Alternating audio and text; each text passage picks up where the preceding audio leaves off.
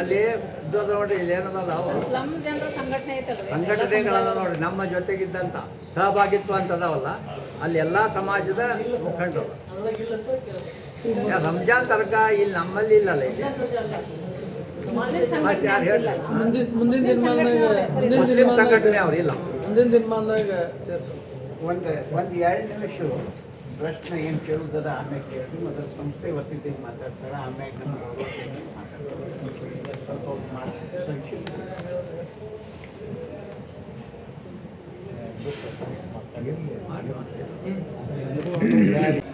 ವಿಶ್ವಗುರು ಭಕ್ತಿ ಭಂಡಾರಿ ಬಸವಣ್ಣನವರು ಇಡೀ ಜಗತ್ತಿಗೆ ಸಮಾನತೆಯನ್ನು ತಂದುಕೊಟ್ಟಂಥ ಮಹನೀಯರು. ಅಂಥ ಮಹನೀಯರ 12ನೇ ಶತಮಾನದ ಇತಿಹಾಸ 20ನೇ ಶತಮಾನದಲ್ಲಿ ರಾವ್ ಬಹದ್ದೂರ್ ತೊಗವಳ್ಕಟ್ಟಿಯವರು ಅವರ ವಚನಗಳನ್ನು ಮುದ್ರಣ ಮಾಡಿ ಜಗತ್ತಿಗೆ ಕೊಟ್ಟಿದ್ದರಿಂದ ಬಸವಣ್ಣನವರು ಇವತ್ತಿಗೆ ಬೆಳಕಿಗೆ ಬಂದದ್ದು ಸತ್ಯ ಸಂಗತಿ. ವಿಜಯಪುರ ಜಿಲ್ಲೆ ಭಕ್ತಿ ಭಂಡಾರಿ ಬಸವಣ್ಣವರು ಅಂತ ಮಾನವತಾವಾದಿಗಳನ್ನು ಕೊಟ್ಟು ನಂತರ ತೊಗವಳ್ಕಟ್ಟಿಯವರು ಅವರ ಎಲ್ಲ ಶರಣರ ವಚನಗಳನ್ನು ಮತ್ತು ವಿವರ ಚರಿತ್ರೆಗಳನ್ನು ಬೆಳಕಿಗೆ ತಂದರು. ಆದರೆ ಬಂದು ಮನಸ್ಸಿಗೆ ಖೇದ ಅನಿಸೋದು ಏನಪ್ಪ ಅಂತಂದ್ರೆ ಇಡೀ ವಿಶ್ವದೊಳಗೆ ಬಸವಣ್ಣನವರ ಮೂರ್ತಿ ಕುಂದಿರಿಸೋದು ಅವ್ರ ತತ್ವವನ್ನು ಆಚರಣೆಗೆ ತರುವಂಥದ್ದು ಇವತ್ತಿನ ದಿವಸ ನಡೆದಾಗ ಇನ್ನೂ ಬಿಜಾಪುರದಲ್ಲಿ ಹೆಚ್ಚಿನ ಒಂದು ಅವರ ಜಯಂತಿ ಅವರ ತತ್ವವನ್ನು ಅಳವಡಿಸಿಕೊಳ್ಳುವಂಥದ್ದು ನಮಗೆ ಆಗಿಲ್ಲ ಅನ್ನೋದು ಒಂದು ವಿಚಾರದ ಸಂಗತಿ. ಈ ನಿಟ್ಟಿನಲ್ಲಿ ಎಲ್ಲ ಶಾಲೆ ಕಾಲೇಜುಗಳಲ್ಲಿ ಎಲ್ಲ ವಿದ್ಯಾರ್ಥಿಗಳಿಗೆ ಸಿದ್ದೇಶ್ವರ ಸ್ವಾಮೀಜಿಯವರು ಹೇಳ್ತಿದ್ರು, ಏನಿದ್ರು ನೀವು ಜ್ಞಾನ ಕೊಡೋದಿತ್ತಪ್ಪ ಅಂತಂದ್ರೆ ವಿದ್ಯಾರ್ಥಿಗಳು ಕೊಡ್ರಿ, ಅದು ಮುಂದೆ ಜಗತ್ತಿಗೆ ಅದು ಪ್ರಕಟಿಸ್ತದೆ. ವಯಸ್ಸಾದವ್ರು ಕೊಟ್ಟರೆ ಅವರು ಭಾಳ ಎಷ್ಟು ಜೀವಂತದಾರ ಅಡಗಿಸಿದ್ದ ಆಗ್ಬೋದು ಅನ್ನುವಂಥ ಮಾತನ್ನು ಪರಮ ಪೂಜ್ಯ ಬುದ್ಧಿಜಿಯವರು ಹೇಳ್ತಾ ಇದ್ರು. ಅದಕ್ಕೆ ನಾವು ನೀವೆಲ್ಲರೂ ಏನು ಮಾಡಬೇಕಾಗ್ಯದಂದ್ರೆ ಮುಂದಿನ ಪೀಳಿಗೆ ನಮ್ಮನ್ನು ಶಪಿಸಬಾರದು ಅನ್ನೋದಾದ್ರೆ ಎಲ್ಲ ಶರಣರ ವಚನಗಳನ್ನು ಜಾತಿ ಮತ ಎಲ್ಲ ಬಿಟ್ಟು ನಾವು ಈ ಕಾರ್ಯಗಳನ್ನು ಮಾಡಿದ್ದೇ ಆದಲ್ಲಿ ನಮ್ಮ ಕರ್ತವ್ಯಗಳನ್ನು ನಾವು ನೀವೆಲ್ಲರೂ ನಿರ್ವಹಿಸಿದ್ದೇ ಆದಲ್ಲಿ ಮುಂದಿನ ಪೀಳಿಗೆ ನಮಗೆ ಶಪಿಸುವುದಿಲ್ಲ. ಆದ್ದರಿಂದ ಬಸವಣ್ಣವರ ತತ್ವವನ್ನು ನಾವೆಲ್ಲರೂ ಆಚರಿಸೋಣ. ಅವರ ಒಂದು ತತ್ವಗಳು ಪ್ರಚಾರ ಆಗಬೇಕಂದ್ರೆ ಇಂಥ ಜಯಂತಿ ಉತ್ಸವಗಳು ಭಾಳ ಭಕ್ತಿ ಶ್ರದ್ಧೆಯಿಂದ, ವಿಜೃಂಭಣೆ ಅನ್ನೋದು ಶಬ್ದಕ್ಕಿಂತ ಭಕ್ತಿ ಶ್ರದ್ಧೆಯಿಂದ ನಾವು ಆಚರಣೆ ಮಾಡಿದರೆ ಇದು ಭಾಳ ಒಳ್ಳೆಯದಾಗ್ತದೆ. ಅದಕ್ಕೆ ತಾವೆಲ್ಲರೂ ಇದಕ್ಕೆ ಸಹಕಾರ ಕೊಡಬೇಕು. ಸಿದ್ದೇಶ್ವರ ಸಂಸ್ಥೆ ಇಂಥ ಕಾರ್ಯಗಳಿಗೆ ಯಾವಾಗಲೂ ಸಹಕಾರ ಕೊಡ್ತಾ ಬಂದಿದೆ, ಇನ್ನು ಮುಂದೆನೂ ಕೊಡ್ತದ ಅನ್ನುವಂಥ ಮಾತನ್ನು ಈ ಸಂದರ್ಭದಲ್ಲಿ ನಾನು ಹೇಳ್ತೀನಿ. ಬರೀ ಬಿಜಾಪುರದಲ್ಲಿ ನಮ್ಮ ಇಡೀ ಸ್ಟೇಟ್ನಲ್ಲಿ ಭಾಳ ಒಳ್ಳೆಯ ರೀತಿಯಿಂದ ಅದರ ಆಚರಣೆ ಮಾಡಿತು ಅಂತ ಹೇಳಿ ನನಗೆ ಭರವಸೆ ಇದೆ. ನಮ್ಮೆಲ್ಲ ಪತ್ರಕರ್ತ ಮಿತ್ರರು ಸಹಯೋಗ ನಮ್ಗೆ ಬೇಕಾಗ್ತದೆ. ವಿಜಯಪುರ ನಗರದಲ್ಲಿ ಇರುವ ಎಲ್ಲ ಸಂಘ ಸಂಸ್ಥೆಗಳು ಎಲ್ಲ ಅಸೋಸಿಯೇಷನ್ಗಳು ಎಲ್ಲರೂ ಕೂಡಿ ನಮಗೆ ಸಹಯೋಗ ಮಾಡಬೇಕು. ಒಂದು ಭವ್ಯ ಅಂತ ಆಯೋಜನೆ ಆಗ್ತದೆ ಇದು ಅಂಥೇಳಿ ನಾನು ಭಾಳ ಟೈಮ್ ತೊಗೊಳ್ಳೋದಿಲ್ಲ. ಎಲ್ಲರೂ ಕೂಡಿ ನಾವು ಮಾಡೋಣ. ಒಂದು ಯಾಕಂದರೆ ಇದು ಬಿಜಾಪುರ ನಮ್ಮ ಬಸವಣ್ಣ ಅವ್ರದ್ದು ಹುಟ್ಟಿದ್ದು ಡಿಸ್ಟಿಕ್ಕು, ಬಸವಣ್ಣ ಅವ್ರ ನಾಡು. ಅಲ್ಲೇ ನಾವು ಒಂದು ಸ್ವಲ್ಪ ಕಳೆದ ಒಂದು 15-20 ವರ್ಷದಲ್ಲಿ ಸ್ವಲ್ಪ ನಾವು ಹಿಂದೆ ಬಿದ್ದೆವು. 3 ದಶಕ ಮುಂಚೆ ಎಲ್ಲರೂ ಕೂಡ ಪ್ರಾರಂಭ ಮಾಡಿದ್ದು. ಆದರೆ ಈಗದು ಏನು 15-20 ವರ್ಷ ಹಿಂದೆ ಉಳಿದದ ಅದು ನಾವೆಲ್ಲ ತುಂಬಿ ತೆಗೆದು ಒಳ್ಳೆ ರೀತಿಯಿಂದ ಮುಂದೆ ನಡ್ಸ್ಕೊಂಡು ಹೋಗ್ತೀವಿ. ಮತ್ತು ಇದು ಏನು 20ನೇ ತಾರೀಕಿಗೆ 4 ಗಂಟೆಗೆ ಎಲ್ಲರೂ ಸಿದ್ದೇಶ್ವರ ಗುಡಿಗೆ ಬರಬೇಕಂತ ಹೇಳಿ ನಾನು ಕಳಕಳಿಯ ವಿನಂತಿ ಮಾಡಿ ತಮಗೆಲ್ಲರೂ ಅರ್ಪಣೆ ತಗೋತೀನಿ. ವಿಜೃಂಭಣೆಯಿಂದ ಎಲ್ಲ ನಮ್ಮ ಇಲ್ಲಿ ಕೂತಂಥ ಹಿರಿಯರು ಮತ್ತು ಎಲ್ಲ ಸಮಾಜದ ಬಾಂಧವರು ಕೂಡಿ ಕೇವಲ ಲಿಂಗಾಯತ ಅಷ್ಟೇ ಅಲ್ಲದೆ ಇವತ್ತು ಎಲ್ಲ ಸಮಾಜದವ್ರು ಕೂತ್ಕೊಂಡು ಮಾಡಬೇಕಂತೇಳಿ ಒಂದು ನಿರ್ಧಾರವನ್ನು ಮಾಡ್ಯಾರ.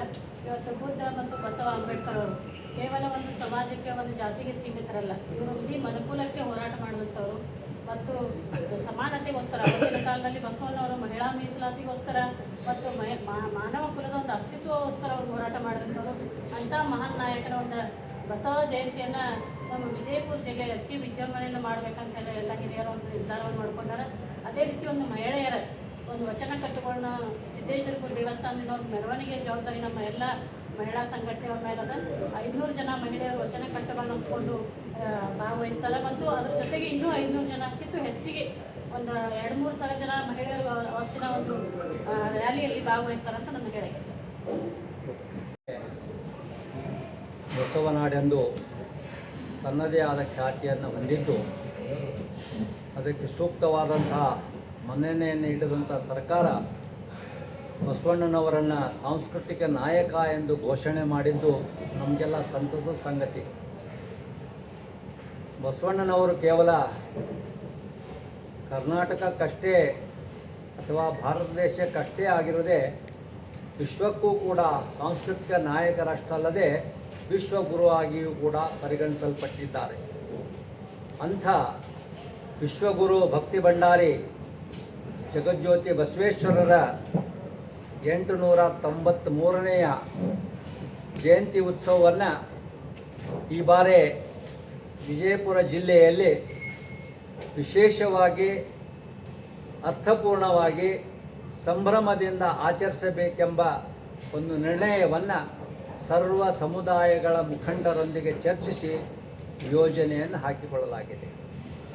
ಒಂದು ವಿಶೇಷ ಸಂತಸದ ಸಂಗತಿ ಅಂದರೆ ಸರ್ಕಾರದ ಆಡಳಿತ ಕೂಡ ಸಮಾಜದ ಜೊತೆಗೆ ಸೇರಿಕೊಂಡು ಸರ್ಕಾರ ಹಾಗೂ ಸಮಾಜ ಒಟ್ಟಿಗೆ ಈ ಜಯಂತಿಯನ್ನು ಅರ್ಥಪೂರ್ಣವಾಗಿ ಆಚರಿಸಲು ಯೋಜಿಸಲಾಗಿದೆ.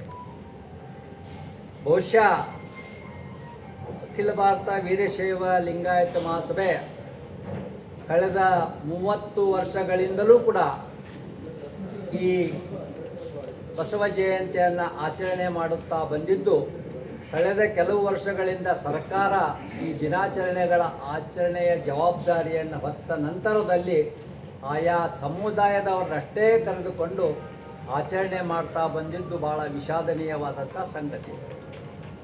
ಎಲ್ಲ ಸಮುದಾಯಗಳನ್ನು ಒಟ್ಟುಗೂಡಿಸಿಕೊಂಡು ಎಲ್ಲ ಶರಣರ ಬಸವಾದಿ ಶರಣರ ಜಯಂತಿಯನ್ನು ಆಚರಿಸಬೇಕಾದದ್ದು ನಮ್ಮೆಲ್ಲರ ಆದ್ಯ ಕರ್ತವ್ಯ. ಆ ನಿಟ್ಟಿನಲ್ಲಿ ಈ ಬಾರಿ ವಿಶೇಷವಾಗಿ ಒಂದೇನೋ ನಮ್ಮ ಬಿಜಾಪುರ ನಗರದ ಅಥವಾ ಜಿಲ್ಲೆಯ ಪುಣ್ಯವೋ ಏನೋ ಎಂಬಂತೆ ಎಲ್ಲರೂ ಒಗ್ಗೂಡಿಕೊಂಡು ಎಲ್ಲ ತರುಣರು, ಯುವಕರು ಎಲ್ಲರೂ ಕೂಡ ಹಿರಿಯರು ಕೂಡ ಇದರಲ್ಲಿ ಸಂಪೂರ್ಣವಾಗಿ ಪಾಲ್ಗೊಂಡು ಭಾಳ ಬೃಹತ್ ಪ್ರಮಾಣದಲ್ಲಿ ನ ಭೂತೋ ನ ಭವಿಷ್ಯ ಅನ್ನೋ ರೀತಿಯಲ್ಲಿ ಆಚರಣೆ ಮಾಡಬೇಕೆಂಬ ಉದ್ದೇಶವನ್ನು ಹೊಂದಲಾಗಿದೆ. ಕಳೆದ 1-2 ತಿಂಗಳಿಂದ ಬೇರೆ ಬೇರೆ ಸಭೆಗಳನ್ನು ಆಯೋಜನೆ ಮಾಡುತ್ತಾ ಯಾವ್ಯಾವ ರೀತಿ ಕಾರ್ಯಕಲಾಪಗಳನ್ನು ಆಯೋಜನೆ ಮಾಡಬೇಕು, 2 ದಿನ ಮಾಡಬೇಕು, 3 ದಿನ ಮಾಡಬೇಕು, ವಾರ ಮಾಡಬೇಕು, ಹೀಗೆಲ್ಲ ಯೋಚನೆ ಮಾಡಿ ಕೊನೆಗೆ ನಾವು 2 ದಿನಗಳ ಕಾರ್ಯಕ್ರಮಗಳ ಆಯೋಜನೆಯನ್ನು ಮಾಡಲಾಗಿದೆ. ದಿನಾಂಕ 19/4/2026 ಬೆಳಗಿನ ಜಾವ 9:30 ಗಂಟೆಗೆ 9:30ರಿಂದ 11 ಗಂಟೆಯವರೆಗೆ ಮಕ್ಕಳಿಂದ ವಚನ ಕಂಠಪಾಠ ಮತ್ತು ಮಕ್ಕಳಿಗಾಗಿಯೇ ವಿಶೇಷವಾಗಿ ಏರ್ಪಾಟು ಮಾಡಿದಂಥ ಬಸವಾದಿ ಶರಣರನ್ನ ಕುರಿತಾದಂಥ ಸ್ವರಚಿತ ಕವಿಗೋಷ್ಠಿಯನ್ನು ಏರ್ಪಡಿಸಲಾಗಿದೆ. ಅದರ ಜೊತೆಗೆ 11ರಿಂದ 1:30 ಗಂಟೆಯವರೆಗೆ ಯುವಕರ ಕವಿಗೋಷ್ಠಿಯನ್ನು ಏರ್ಪಡಿಸಲಾಗಿದೆ. ಮಧ್ಯಾಹ್ನ 3 ಗಂಟೆಗೆ ಮುಖ್ಯ ವೇದಿಕೆಯ ಕಾರ್ಯಕ್ರಮವಿದ್ದು ಅದರಲ್ಲಿ ಒಬ್ಬ ವಿಶೇಷ ಉಪನ್ಯಾಸಕಾರರನ್ನು ಆಮಂತ್ರಿಸಿ ಅವರಿಂದ ವಿಶೇಷ ಉಪನ್ಯಾಸವನ್ನು ಕೂಡ ಆಯೋಜನೆ ಮಾಡಲಾಗಿದೆ. ಸಾಯಂಕಾಲ 6 ಗಂಟೆಯಿಂದ 9:30 ಗಂಟೆಯವರೆಗೆ ವಿವಿಧ ಸಾಂಸ್ಕೃತಿಕ ಕಾರ್ಯಕ್ರಮಗಳ ಜೊತೆಯಲ್ಲಿ ಭಗವಂತನ ಮರಣ ಎಂಬಂಥ ಒಂದು ನಾಟಕ ಪ್ರದರ್ಶನ ಕೂಡ ಆಗ್ತಾ ಇದೆ. ಇಲ್ಲಿ ನಿಮಗೆಲ್ಲ ಮಕ್ಕಳು, ಯುವಕರು, ಹಿರಿಯರು ಅನ್ನುವಂಥ ಒಂದು ಕಲ್ಪನೆ ಬರಲಿಕ್ಕೆ ಕಾರಣ ಅಂದ್ರೆ ಪ್ರಸ್ತುತ ಕಾಲದಲ್ಲಿ ಬಸವಾದಿ ಶರಣರ ತತ್ವಗಳು, ವಚನಗಳು ಹಿರಿಯರಿಗಿಂತ ಕಿರಿಯರಲ್ಲಿ ಬಹಳಷ್ಟು ಮುಖ್ಯವಾಗಿ ಮೂಡಿಸಬೇಕಾದಂಥ ಕರ್ತವ್ಯ ನಮ್ಮದಾಗಿದೆ. ಆ ನಿಟ್ಟಿನಲ್ಲಿ ಮಕ್ಕಳನ್ನು ಹಾಗೂ ಹಿರಿಯರನ್ನು, ಯುವಕರನ್ನು ಒಟ್ಟುಗೂಡಿಸಿಕೊಂಡು ಅವರಲ್ಲಿ ಬಸವ ಪ್ರಜ್ಞೆಯನ್ನು ಮೂಡಿಸುವ ಸಲುವಾಗಿಯೇ ಅವರಿಗಾಗಿ ವಿಶೇಷ ಭಾಷಣ ಸ್ಪರ್ಧೆ ಹಾಗೂ ಕಂಠಪಾಠ ಸ್ಪರ್ಧೆ ಅಲ್ಲದೆ ಪ್ರಬಂಧ ಸ್ಪರ್ಧೆಯನ್ನು ಕೂಡ ಈ ಮುಂಚಿತವಾಗಿ ಏರ್ಪಾಟು ಮಾಡಿ ಅಂದಿನ ದಿನ ಅವರಿಗೆ ವಿಶೇಷವಾದಂಥ ಬಹುಮಾನವನ್ನು ಕೂಡ ಕೊಡಲಾಗ್ತದೆ. ಭಾಗವಹಿಸಿದವರಿಗೆಲ್ಲರಿಗೂ ವಿಶೇಷವಾಗಿ ಈ ಬಾರಿ ನಾವು ಒಂದು ವಿಶೇಷತೆ ಏನು ಮಾಡಿದ್ದೇವೆ ಅಂದ್ರೆ, ಕಾರ್ಯಕ್ರಮದಲ್ಲಿ ಭಾಗವಹಿಸಿ ಬಹುಮಾನ ಪಡೆದವರಿಗೆ ಅಷ್ಟೇ ಸತ್ಕಾರ ಮಾಡೋದಲ್ಲದೆ ಭಾಗವಹಿಸಿದ ಪ್ರತಿಯೊಬ್ಬರಿಗೂ ಕೂಡ ಸತ್ಕರಿಸಿ ಪ್ರೋತ್ಸಾಹ ನೀಡಬೇಕೆನ್ನುವಂಥ ಉದ್ದೇಶದಿಂದ ಅವರಿಗೆ ಆದಂಥ ಒಂದು ವಿಶೇಷವಾದಂಥ ಮೂಮೆಂಟ್ ಸ್ಮರಣಿಕೆಯನ್ನು ಅವರ ಭಾವಚಿತ್ರವನ್ನು ಅಂಟಿಸಿ ಅದರಲ್ಲಿ ಅವರು ಭಾಗವಹಿಸಿದಂಥ ಸ್ಪರ್ಧೆ ಹೆಸರನ್ನು ಕೂಡ ನಮೂದಿಸಿ ಪ್ರತಿಯೊಬ್ಬರಿಗೂ ಕೂಡ ವಿತರಣೆ ಮಾಡಬೇಕನ್ನುವಂಥ ಯೋಜನೆಯನ್ನು ಹಾಕಿಕೊಳ್ಳಲಾಗಿದೆ. ಅದಲ್ಲದೆ ಪ್ರಥಮ, ದ್ವಿತೀಯ ಹಾಗೂ ತೃತೀಯ ಬಂದಂಥ ಸ್ಪರ್ಧಾಳುಗಳಿಗೆ ನಗದು ರೂಪದಲ್ಲಿ ಬಹುಮಾನವನ್ನು ಕೊಡುವಂಥ ಯೋಜನೆಯನ್ನು ಹಾಕಿಕೊಳ್ಳಲಾಗಿದೆ. ಇಷ್ಟಲ್ಲದೇ 19 ಮತ್ತು 20ನೇ ತಾರೀಕಿನ ದಿನ ಕನಗಲ್ ಹನುಮಂತರಾಯ ರಂಗಮಂದಿರದಲ್ಲಿ ನೆರವೇರ್ತಕ್ಕಂಥ ಕಾರ್ಯಕಲಾಪಗಳಲ್ಲಿ ಭಾಗವಹಿಸುವ ಎಲ್ಲರಿಗೂ ಕೂಡ ಮುಂಜಾನೆ ಉಪಹಾರ, ಮಧ್ಯಾಹ್ನ ಪ್ರಸಾದ ಹಾಗೂ ಸಾಯಂಕಾಲ ಪ್ರಸಾದ ವ್ಯವಸ್ಥೆಯನ್ನು ಕೂಡ ಮಾಡಲಾಗಿದೆ 2 ದಿನ. ಇನ್ನು ಏಪ್ರಿಲ್ 20ರಂದು ಬಸವ ಜಯಂತಿಯ ದಿನ ಬೆಳಗ್ಗೆ 7:30 ಗಂಟೆಗೆ ಕಳೆದ ಸುಮಾರು 6-7 ವರ್ಷಗಳಿಂದ ಬಿಜಾಪುರ ಜಿಲ್ಲೆಯ ಕೆಲವು ಜನ ನಮ್ಮ ಸ್ನೇಹಿತರು ಬೆಂಗಳೂರಿನಲ್ಲಿ ಸಾಫ್ಟ್ವೇರ್ ಇಂಜಿನಿಯರ್ ಆಗಿ ಕೆಲಸ ಮಾಡ್ತಕ್ಕಂಥವರು ಬಸವ ಜ್ಯೋತಿಯನ್ನು ಬಸವನ ಬಾಗೇವಾಡಿಯಿಂದ ರಾತ್ರಿ 3 ಗಂಟೆಗೆ ಬಂದು ಬೆಳಗ್ಗೆ 7:30 ಗಂಟೆಗೆ ಇಲ್ಲಿ ಬಂದು ತಲುಪುವಂಥ ವ್ಯವಸ್ಥೆಯನ್ನು ಮಾಡ್ಕೊಂಡು ಬಂದಾಗಿದೆ. ಈ ಬಾರಿ ವಿಶೇಷತೆ ಏನಂದ್ರೆ, ಬಿಜಾಪುರದಲ್ಲಿಯ ಈ ಮ್ಯಾರಥಾನ್ ಓಟದಲ್ಲಿ ಭಾಗವಹಿಸುವಂಥವರು ಕೂಡ ಅದರಲ್ಲಿ ಭಾಗವಹಿಸೋದಕ್ಕೆ ಒಪ್ಪಿಕೊಂಡಿದ್ದು ಸುಮಾರು 250 ಜನರು ಬಸವನ ಬಾಗೇವಾಡಿಯಿಂದ ಬಸವ ಜ್ಯೋತಿಯನ್ನು ಹೊತ್ತುಕೊಂಡು ಬಸವೇಶ್ವರ ಚೌಕಿಗೆ ಮುಂಜಾನೆ 7:30 ಗಂಟೆಗೆ ಆಗಮಿಸುವಂಥ ಯೋಜನೆ ಇದೆ.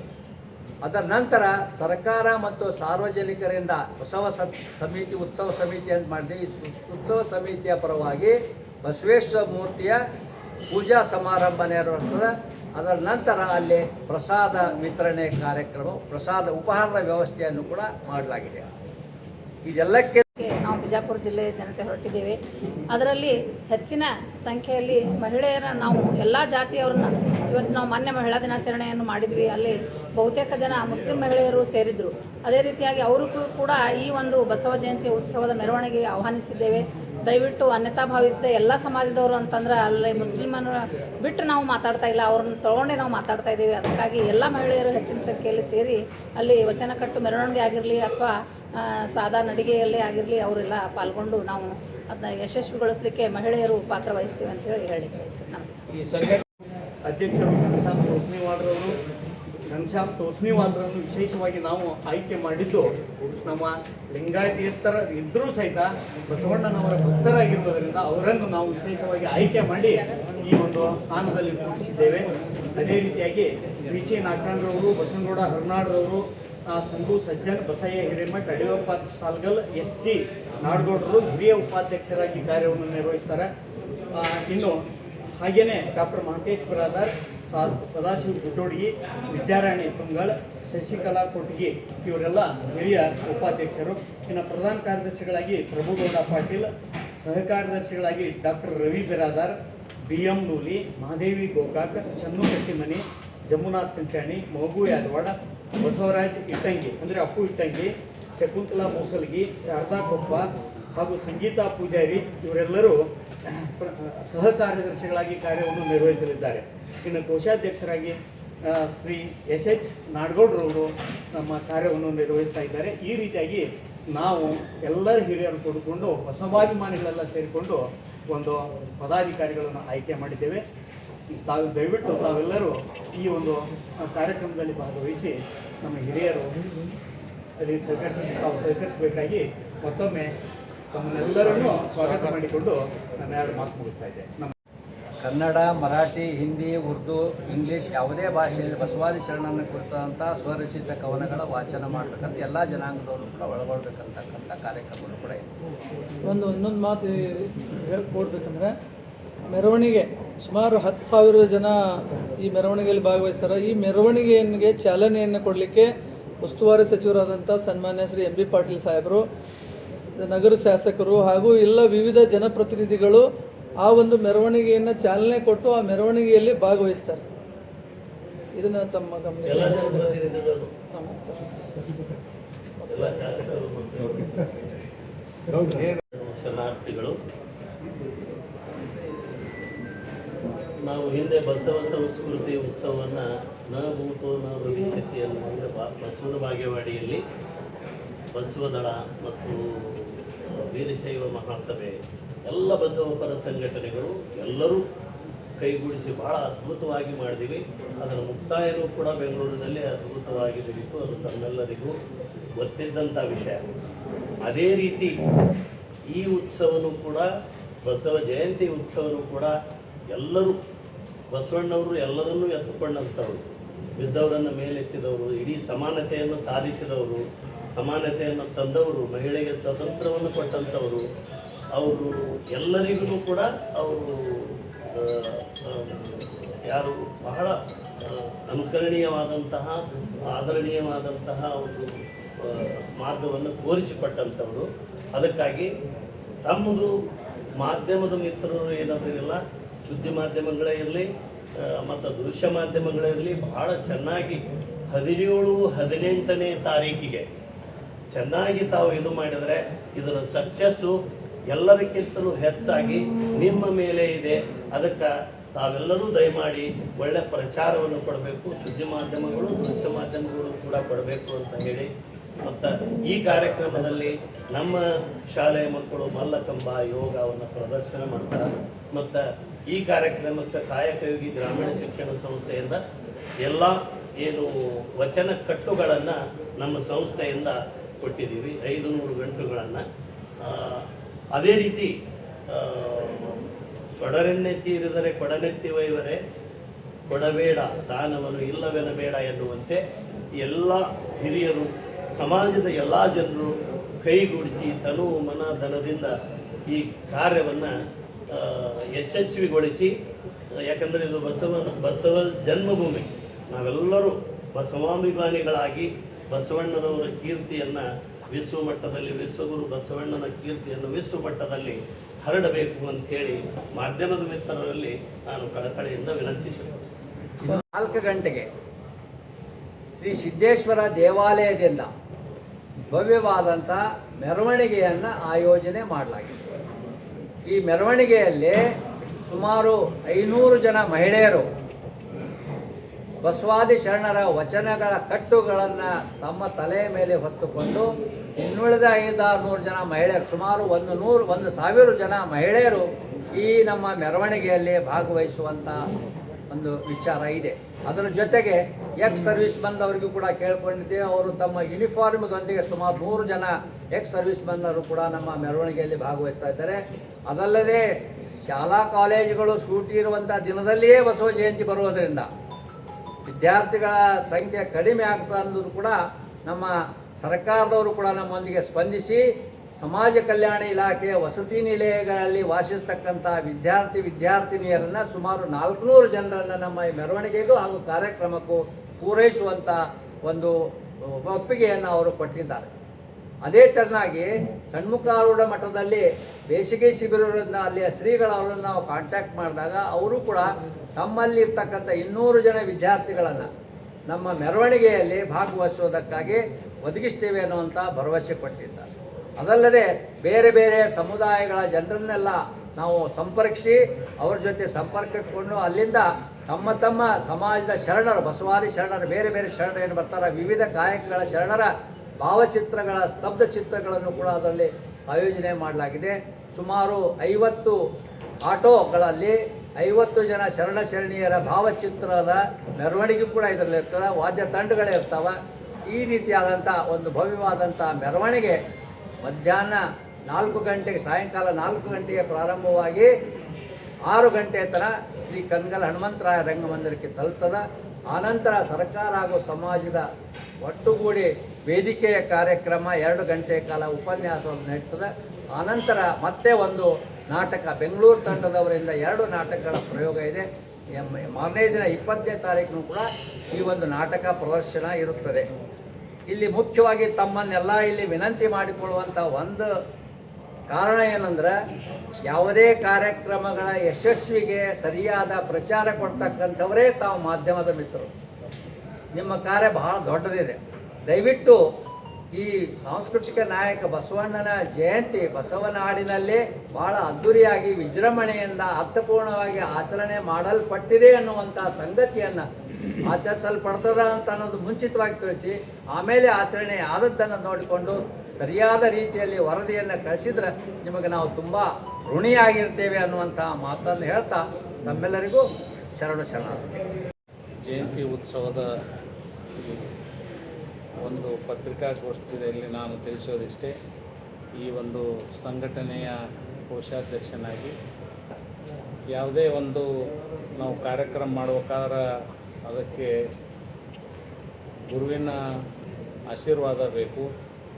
ಆ ಆಶೀರ್ವಾದ ನಮಗೆ ಜ್ಞಾನ ಯೋಗಾಶ್ರಮದ ಪೂಜ್ಯ ಬಸವಲಿಂಗ ಮಹಾಸ್ವಾಮಿಗಳ ಕಡೆಯಿಂದ ಸಿಕ್ಕಿದೆ.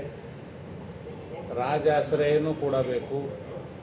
ರಾಜಾಶ್ರಯ ನಮಗೆ ನಮ್ಮ ಉಸ್ತುವಾರಿ ಸಚಿವರಾದಂಥ ಶ್ರೀ ಎಂ ಬಿ ಪಾಟೀಲರಿಂದ ಮತ್ತು ನಮ್ಮ ನಗರ ಶಾಸಕರು ಆತ್ಮೀಯರಾದಂಥ ಬಸನಗೌಡ ಪಾಟೀಲ್ ಯತ್ನಾಳ್ ಅವ್ರ ಕಡೆಯಿಂದ ಸಿಕ್ಕಿದೆ. ಅದೇ ತೆರನಾಗಿ ಸಾರ್ವಜನಿಕರಿಂದ ನಮಗೆ ಸಹಕಾರ ಬೇಕು.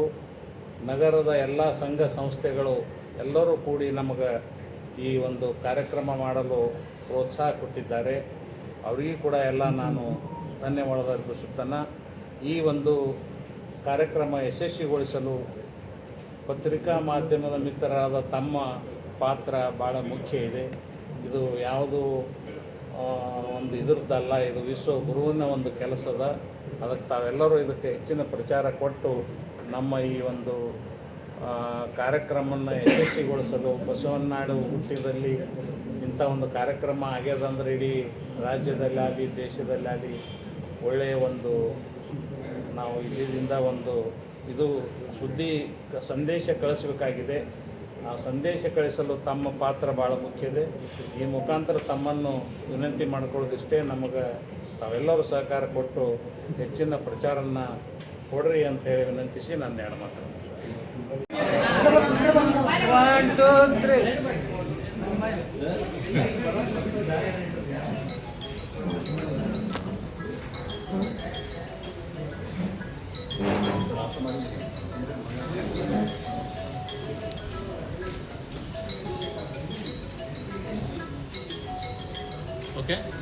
Okay sir. Thank you all. Thank you.